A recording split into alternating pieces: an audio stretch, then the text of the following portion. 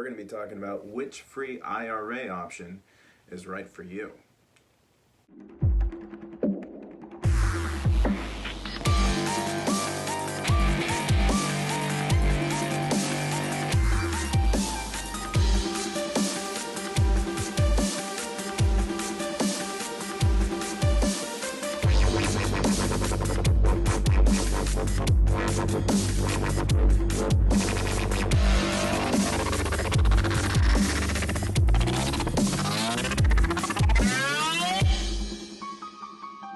Somebody asked me, what do I do, Devin, for a retirement account?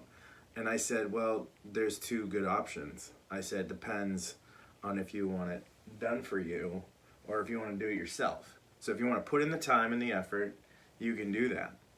But if you don't, then there's a good option for that too. I was frustrated with the options that I could find for an IRA.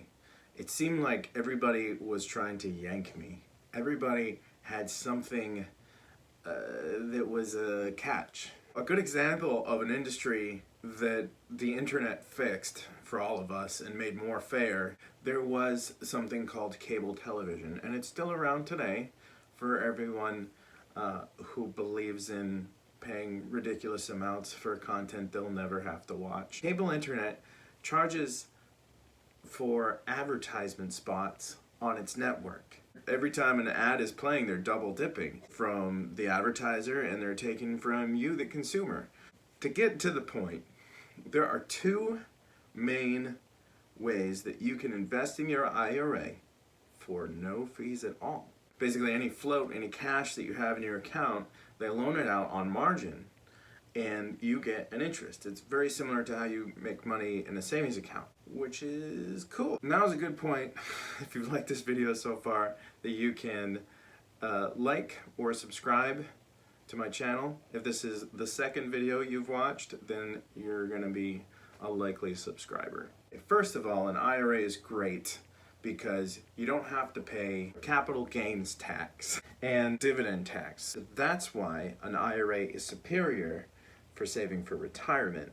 If you need something liquid, you need the money, let's say next week, maybe in a month before you're 59 and a half, then I recommend not getting an IRA for your investment income. Let me break down the differences between the two services. I searched long and hard for two options, because that's all I could find, was just these two options for a free, no fee, because technically it's not free, you put your money into it, so it still costs you the money that you put into it, and you can't use it till you're 59 and a half, so not free, but it's no fee. Tomato, tomato. For one, M1 Finance, they're kind of the done for you option. They're not so much for the intermediary to advance. If you've invested before, this will look like baby's toys. If you have invested before, you should be using First Trade. First Trade, ironically, is not for beginners. M1 Finance, you don't even trade. You don't even trade at all. You just kind of section things off to be traded. First Trade has free trades. So as many trades as you want for nothing. In M1 Finance, you do percentage shares. So you can do micro shares.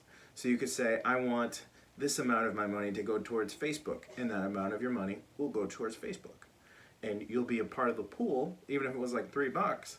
And the Facebook share is hundreds of dollars. Versus First Trade, you buy the number of shares. So if you don't have a couple hundred, you only have, a few bucks, you're not gonna be able to buy Facebook. Trades are automatically readjusted. So if you add more money to your M1 Finance account, it automatically shifts all your money around and it buys the appropriate amounts of shares. You don't have to remanage your portfolio every time you get some more money and put it into your account. Versus First Trade, anytime you get more money, you have to figure out what to do with it. So in M1 Finance, they allow you to follow these pies, and pies are groups of percentages of shares. Versus this side, if you want to get any insight, you're going to be following the news. Bloomberg, CNBC, Market Watch, Wall Street Journal, something or all of those and just get the push notifications.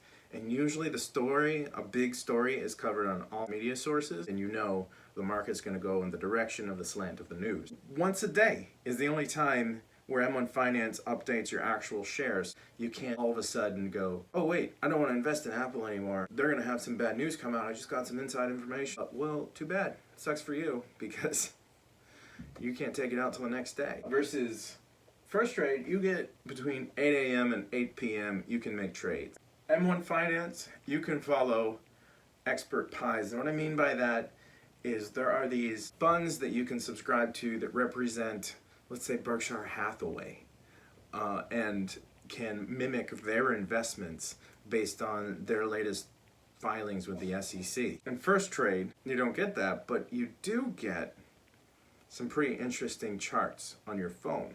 So when you take your phone, which you're usually trading in portrait mode, and you flip it sideways on an equity, you actually get an advanced chart, and you can get some pretty cool technical analysis stuff that if you were an intermediary trader, you would kind of understand, and that might be helpful. Lastly, M1 Finance is a bit popular.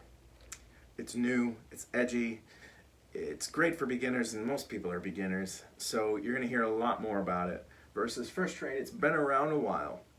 It's a bit of a dinosaur, but it's got everything that the old trading platforms have. This new free IRA thing, that's new. It's in the past couple of years is when it came out. So this is their new edge, and they're trying to get that free crowd, the people like me and you who say, screw paying $4.95 a trade. I want to trade 10 times a day, and I don't want to pay $50 to do it.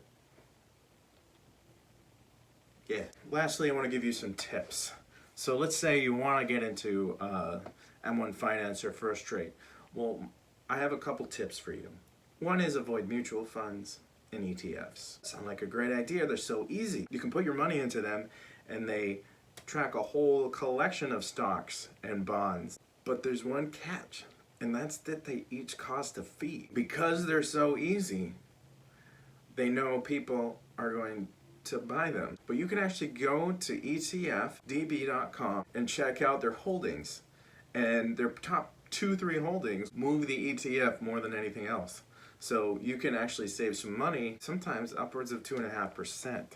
Now the time where you do want to use ETFs is when they're leveraged. And a leveraged ETF will give you the option of getting a lot of bang for your buck and a lot of movement. So when the stock market goes up 1%, you go up 3%.